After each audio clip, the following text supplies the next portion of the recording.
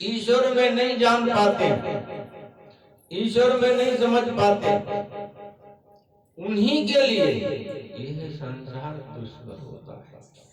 और यही इस संपूर्ण संसार से परे ईश्वर है। परे का मतलब यह है कि संसार में जहां कहीं दृष्टि जाएगी तो ईश्वर से आप अलग रहेंगे, और जहां भी जिस किसी को देखोगे ईश्वर में देखोगे, तो यही दृष्टि आपकी भक्ति में दृष्टि वही है,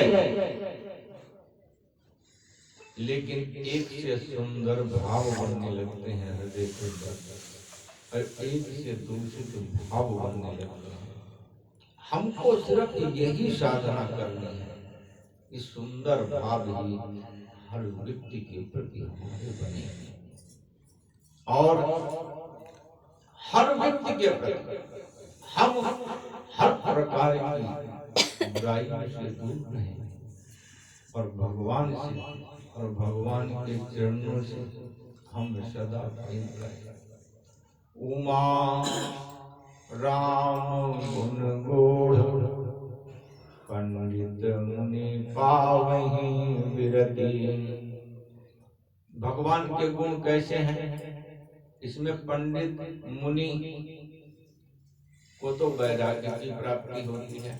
वैराग्य का मतलब ये होता है कि संसार को सत्य सत्य रूप से दिखने लगे, और जब ये सत्य रूप से दिखता है संसार, तब किसी जीव का भगवान से प्रेम होता है, और संसार के प्रति उत्तम से उत्तम कार्य करता हुआ ये जीव अपने जीवन को जीता है। ये ज्ञान प्राप्त होता है, संसार का भी ज्ञान प्राप्त होता है और भगवत का भी ज्ञान प्राप्त होता है। भगवान के गुण को समझकर, भगवान के गुण को जानकर। लेकिन जो दूसरे पक्ष के लोग हैं, वो कैसे होते हैं? उनको भगवान की लीलाओं से मोह उत्पन्न होता है। देखिए, एक को तो ज्ञान उत्पन्न हो रहा है, एक को मोह उत्पन्न हो रहा है। मोह का मतलब अज्ञान उत्पन्न हो रहा है, और होता ये उसी के साथ में है जिसको न तो भगवान के चरणों से प्रेम है और न ही संत जनों से प्रेम है, धर्म से प्रेम है। उसको भगवान के ही लीलाएं, भगवान के ही गुण बांध जाते हैं। और जिनको भगवान से प्रेम है, भगवान के संतों से प्रेम है, यही गुण भगवान के और यही भगवान की लीलाएं उसको सुख देती हैं, और नाना प्रकार के सुखों में इस जीव को रखते हुए इसी संसार से भगवान के खुद पार्षद आकर के इस जीव को लेके जाते हैं। हमको सिर्फ इतना ही समझना है कि हमने जब शरीर पाया है मनुष्य का, अब ये मान लो शरीर हमारा छूट गया, फिर बताओ हम क्या कर सकते हैं? कुछ कर सकता? कोई भी कुछ भी नहीं कर सकता। ये शरीर जब तक है, ये समय है सदुपयोग करने का। इसका सदुपयोग कर, सदुपयोग इसका यही है, अपने ईश्वर का स्मरण। नहीं स्मरण में आए कोई बात नहीं, नाम लो, नाम लो, मन करे तो लो, नहीं मन करे तो लो। अपने आप एक दिन ऐसा होगा हमारा प्रेम ईश्वर से हो जाएगा, और ईश्वर से जब प्रेम हो जाएगा हमारा, तो निश्चित रूप से हम भी सुखी होंगे और दूसरे भी सुखी होंगे।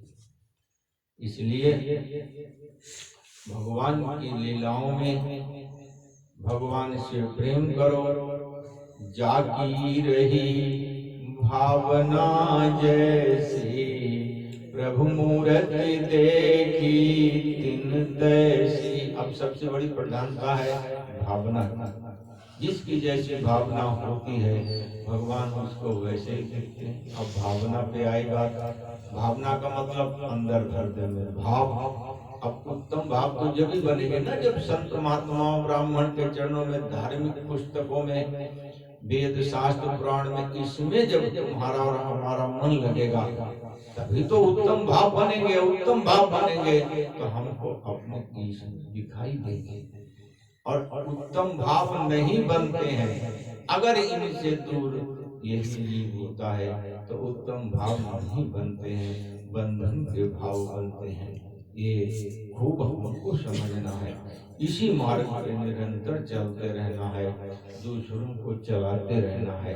ये भी समझना, किसी को खराब लगेगा तो उसको खराब लगेगा, किसी को अच्छा लगेगा तो वो आपके साथ जुड़ जाएगा, खराब लगेगा वो आपसे अलग हो जाएगा। लेकिन तुम अपना कार्य करते हुए चलते रहो, खुद भी अच्छे बनो, दूसरों को भी अच्छे बनाओ।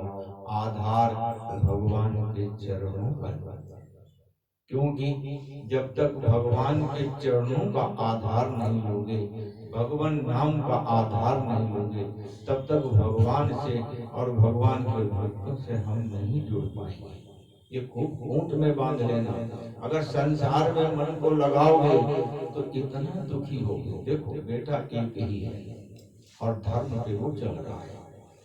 अगर धर्म पे चल रहा है तो उसके गुण अगर तुम्हारे अंदर आएंगे तो वो भाव उत्तम बनाएगा। बेटा एक है और वो अवगुण वाले मार्ग पे चल रहा है, उसका स्मरण करोगे, अवगुण हृदय में आएंगे। अवगुण आएंगे तुम दुखी हो जाओगे। देखो तुम तो निर्मल हो, तुम सही हो, लेकिन एक के तुमने गुण को ग्रहण किया धार्मिक व्यक्ति से तो आप सुखी हो, और दूसरे उसी व्यक्ति के अगर अवगुण को तुमने ग्रहण किया तो तुरंत ही तुम दुखी हो। ये भाव बनते हैं, ये समझो अच्छे से। जब तक ज्ञान नहीं होगा हमको कैसे दिखेगा?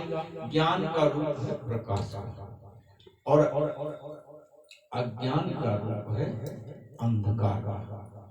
आपकी कोई भी वस्तु रखी अंधेरे में आपको नहीं दिखेगी, और अगर आपके पास ज्ञान रूपी प्रकाश है तो अंधेरे में कहीं भी वस्तु रखी होगी आपको वो दिख जाएगी। ये ज्ञान कहता है कि अंदर के जो भाव है, ये सुंदर भाव सुंदर लोगों से ही बनी है। ये संपूर्ण संसार भगवान का रूप है। यहाँ तक पहुँचना ही है इस जीव को। इस शरीर में रहते हुए पहुँचना ही पहुँचना है। कुछ भी करो यहाँ तक पहुँचना ही है, जब ही ये जीव सुखी हो पाएगा। नहीं तो ये भाव जब तक सुंदर नहीं बनेंगे कैसे कल्याण को प्राप्त होगा। और अंतिम समय में जानते हो बहुत कष्ट होता है। उस समय पर भी जो तुमने धारण कर रखा है, पूरे जीवन अगर उत्तम संस्कार बनाया है तो वो संस्कारों से बंधा होता है जी। और संस्कार में बंधे होने के कारण एक तो भगवान की ओर जाएगा, और संस्कारों में बंधे होने के कारण ही हाय हाय मर गया इन स्थितियों में होते हुए नाना प्रकार से दुख से पीड़ित होकर के इस शरीर का त्याग करता है। तो ये जो ज्ञान है यही तो प्रकाश देता है। एक व्यक्ति वही है जो दुख का रूप बना हुआ है, और वही व्यक्ति एक सुख का रूप बना हुआ है। समझना तो हमको यही है कि हमको सुख कैसे मिलता है।